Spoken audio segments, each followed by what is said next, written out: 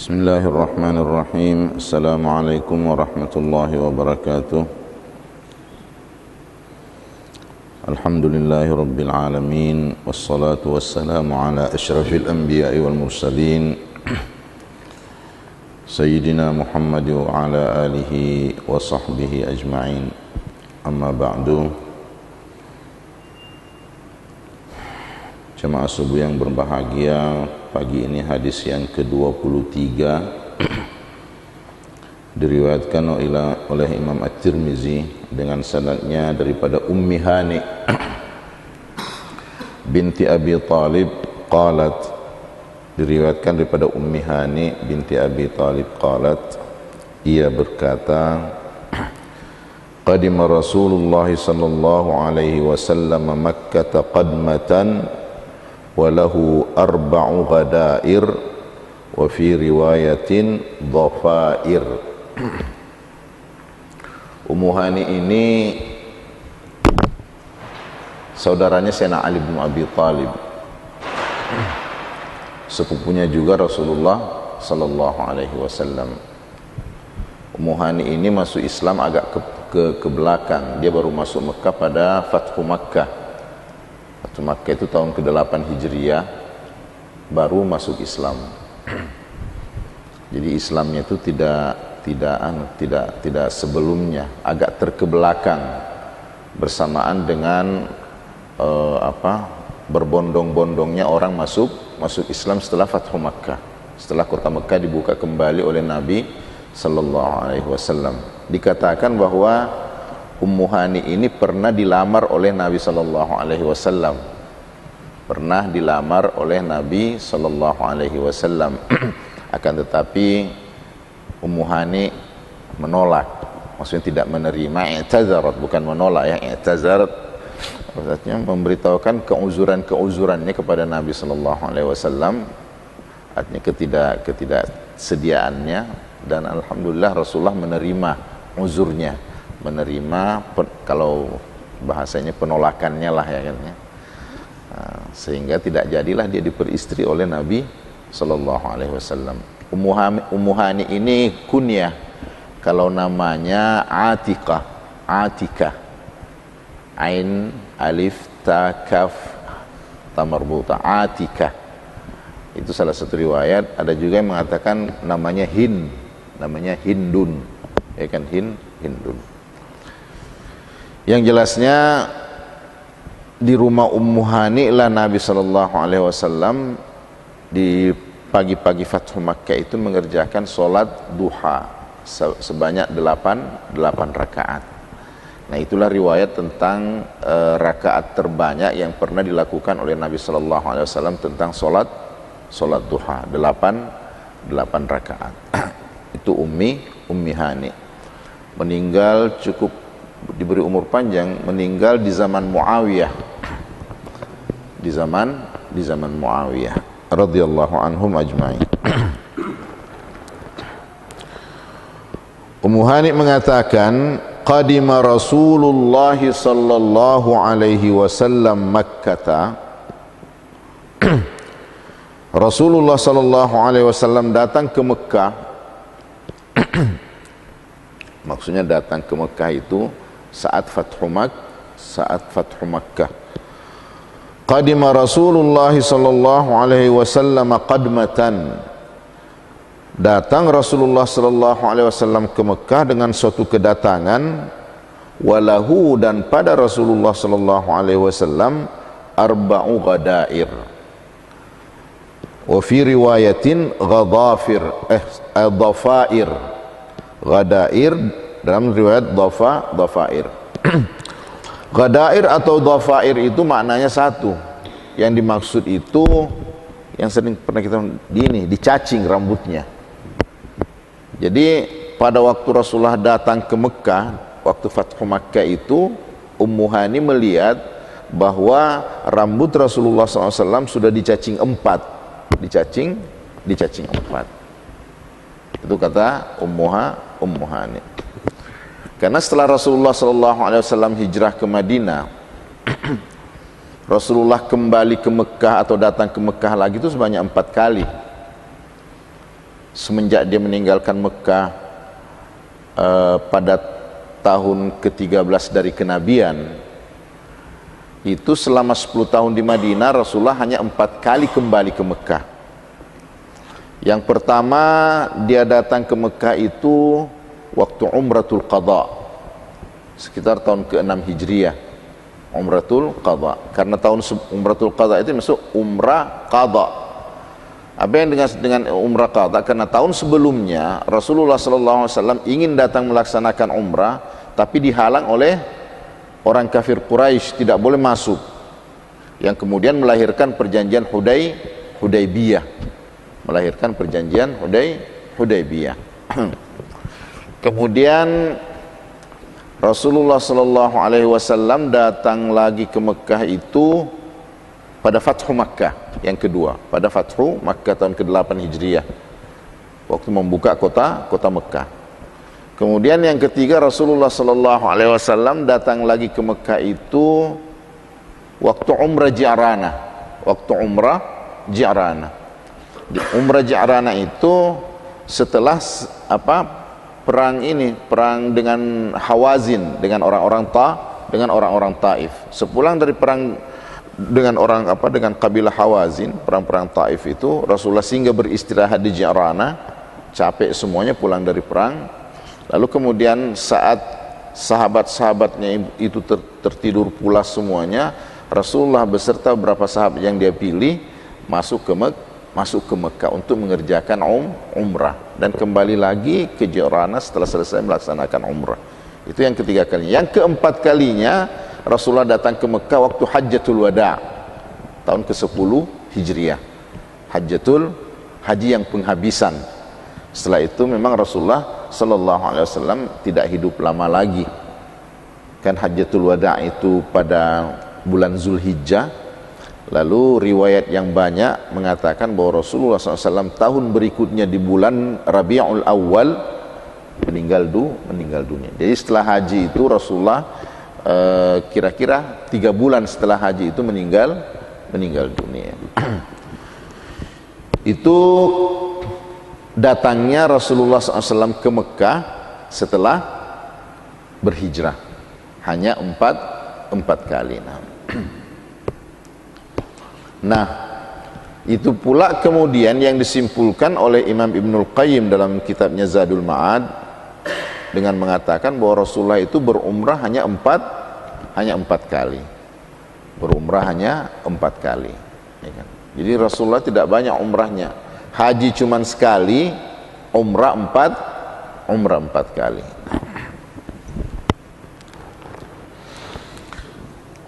Tapi yang menjadi syahid kita di hadisnya Ummu Hani ini adalah bahwa Rasulullah SAW rambutnya itu waktu datang ke Mekah pada Fathu Makkah, lahu arba'u ghadair, ada 4 cacingan.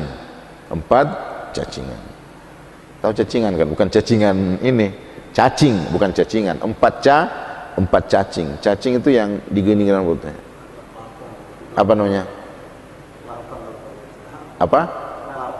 Labah, kepang namanya, ya udah. Seperti itu ikhwan yang berbahagia. Rambut Rasulullah sallallahu alaihi wasallam. Hadis ini hadis sahih. Kemudian selanjutnya adalah hadis yang ke-24 dengan sanad Imam Tirmizi meriwayatkan daripada Ibnu Abbas, Abdullah Ibnu Abbas radhiyallahu anhu, anna Rasulullah sallallahu alaihi wasallam kana yasdulu sya'rahu, adalah sesungguhnya Nabi sallallahu alaihi wasallam kana yasdulu sya'rahu, yasdulu atau yasdilu, boleh dibaca yasdulu, boleh dibaca yasdilu. Yasdulu sya'rahu, apa artinya yasdulu? Mengurai, terurai. Jadi tidak dicacing, tidak diikat, tapi terurai jatuh. Dan sudah kita baca sebelumnya, kadang-kadang terurai jatuh sampai ke pundaknya, kadang-kadang terurai jatuh sampai ke pertengahan telinganya, kadang-kadang terurai jatuh sampai ke penghujung telinganya. Jadi kata Sayyidina Abdullah bin Abbas radhiyallahu anhuma bahwa Rasulullah sallallahu alaihi wasallam itu selalu mengurai membiarkan rambutnya terurai. Wa kana al-musyrikuna yafriquna ru'usahum. Waktu itu orang-orang musyrik terbiasa dengan yafriquna ru'usahum. Apa artinya yafriquna?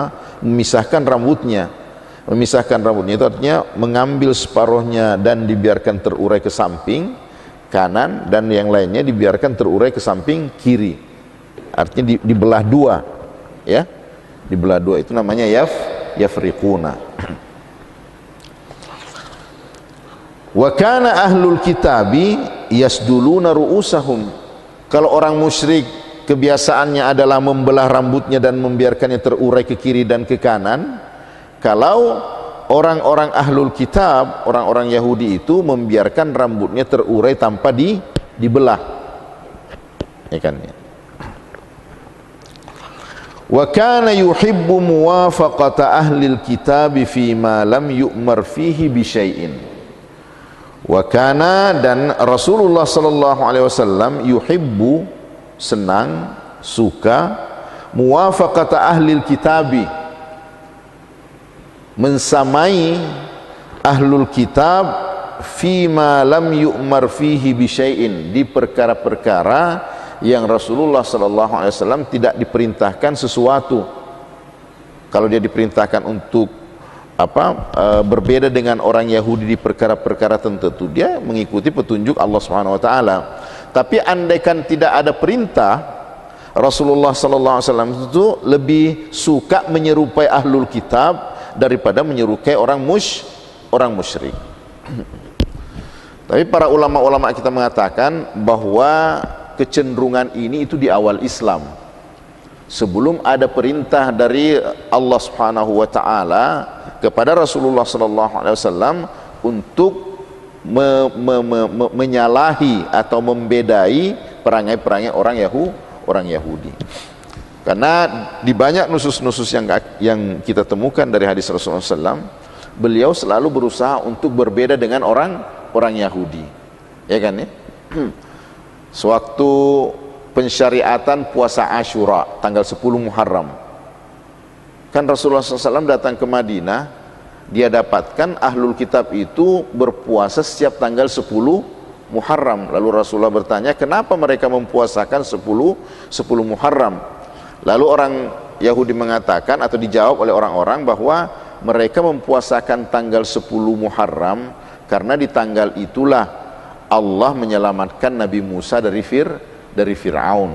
Sehingga dalam bentuk syukur mereka kepada Allah Subhanahu wa taala, hari di mana Allah menyelamatkan Nabi Musa itu mereka puasakan. Lalu Rasulullah mengatakan, nahnu aula bi Musa, kita ini lebih utama untuk bersyukur karena keselamatan Nabi Musa. Walakin sumu yauman qablahu, di riwayat yang lain, au sumu yauman ba'dahu. Puasakan satu hari sebelumnya atau puasakan satu hari setelahnya. Kenapa? Agar puasa yang kita puasakan itu tidak sama dengan puasanya orang, bukan, tidak sama dengan puasanya orang Yahudi. Jadi kemudian makanya ini sewaktu Rasulullah SAW ada kecenderungannya untuk lebih menyerupai Yahudi daripada orang-orang musyrik, itu di awal-awal Islam. Karena di awal Islam pun Al-Quran menceritakan bahwa ada kegembiraan dari orang-orang Islam saat yang menang berperang itu adalah Romawi. Kan ada perseteruan waktu itu antara Persia dan Romawi. Terkadang orang Romawi kalah dan terkadang orang Persia kalah, gitu kan, ya. Tapi dikatakan oleh Al-Quran bahwa saat dimana orang-orang Romawi itu menang, orang-orang beriman gembira. Orang-orang beriman bergembira. Kenapa? Karena andaikan ada dua yang mesti kita pilih, tidak ada tiganya, dan mesti memilih, lebih baik memilih orang-orang yang punya agama walaupun sudah dilencengkan, agama Allah yang sudah dilencengkan, daripada orang-orang musyrik. orang yang tidak beragama sama sekali. Nah, berdasarkan inilah difahami oleh para ulama kita kenapa kemudian Rasulullah Shallallahu Alaihi Wasallam dalam mengatur rambutnya lebih cenderung menyerupai ahlul kitab berbanding dengan menyerupai orang musyrik. Walaupun setelah itu Rasulullah Shallallahu Alaihi Wasallam dianjurkan juga untuk tidak menyerupai siapapun daripada selain Islam, terutama sekali menyerupai Yahudi. Itu saking berusahanya Rasulullah menganjurkan sahabatnya agar berbeda penampilannya dan perangainya dari orang-orang Yahudi, sampai-sampai orang Yahudi Mekah itu Yahudi Madinah itu mengatakan bahwa orang ini kayaknya tidak ada yang kita kerjakan kecuali dia berusaha untuk mengerjakan yang beda dengan yang kita kerjakan, ya kan? Tentang ini memelihara jenggot, kan Rasulullah mengatakan panjangkan jenggotmu, pendekkan kumismu, ya kan? Jangan menyerupai orang Yahudi, seperti itu. Jadi panjangkan jenggotmu, pendekkan kumismu, jangan menyerupai orang Yahudi. Jadi kesimpulannya, hadis yang diceritakan oleh Sayyidina Abdullah bin Abbas tentang seperti apa rambut Rasulullah SAW, lalu kemudian kenapa dia lebih cenderung menyerupai mensamakan rambutnya dengan rambutnya orang-orang ahlul kitab, orang Yahudi, ya seperti itu tadi, bahwa itu pertama di perkara-perkara yang tidak ada perintah Allah untuk menyalahi orang Yahudi. Yang kedua, ini dilakukan Rasulullah sallallahu alaihi wasallam di awal-awal Islam. Kemudian terakhir, thumma faraqa Rasulullah sallallahu alaihi wasallam ra'sahu. Lalu kemudian Rasulullah sallallahu alaihi wasallam memfarak juga setelah itu, setelah jelas ketentuan-ketentuan keagamaan, Rasulullah memfarak, membelah rambutnya. Jadi intinya ikhwan yang berbahagia, seperti yang pernah difatwakan oleh salah seorang ulama kita, Syekh Muhammad bin Shalih bin Utsaimin, bahwa tidak semestinya rambut kita itu seperti apa yang kita baca tentang seperti apa rambut Rasulullah SAW. Apalagi kalau di zaman di mana kita berada itu, rambut yang panjang itu hanya dimiliki oleh orang-orang fasik.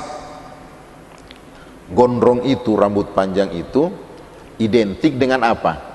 Identik dengan orang-orang fasik, orang-orang nakal, orang-orang tidak benar lah gitu kan ya. Ya, di waktu itu justru kita tidak boleh memanjangkan rambut supaya tidak sama dengan mereka. Walaupun tentu niat kita mungkin ingin mengikuti cara rambutnya Rasulullah sallallahu alaihi wasallam, akan tetapi kalau rambut panjang bisa saja orang ini kok Ustadz rambutnya panjang, ya kan? Sering dikatakan seperti itu. Jadi tetap kembali tampilan kita itu mesti berbeda dengan tampilan orang-orang fasik, seperti itu. Ikhwan yang bahagia, jemaah sekalian yang dimuliakan oleh Allah Subhanahu wa taala, itu hadis terakhir yang berkaitan tentang rambut Rasulullah sallallahu alaihi wasallam. Selanjutnya insyaallah kita akan membaca atau berpindah ke bab berikutnya, bab yang keempat, bab ma jaa fi tarajjuli Rasulillah sallallahu alaihi wasallam.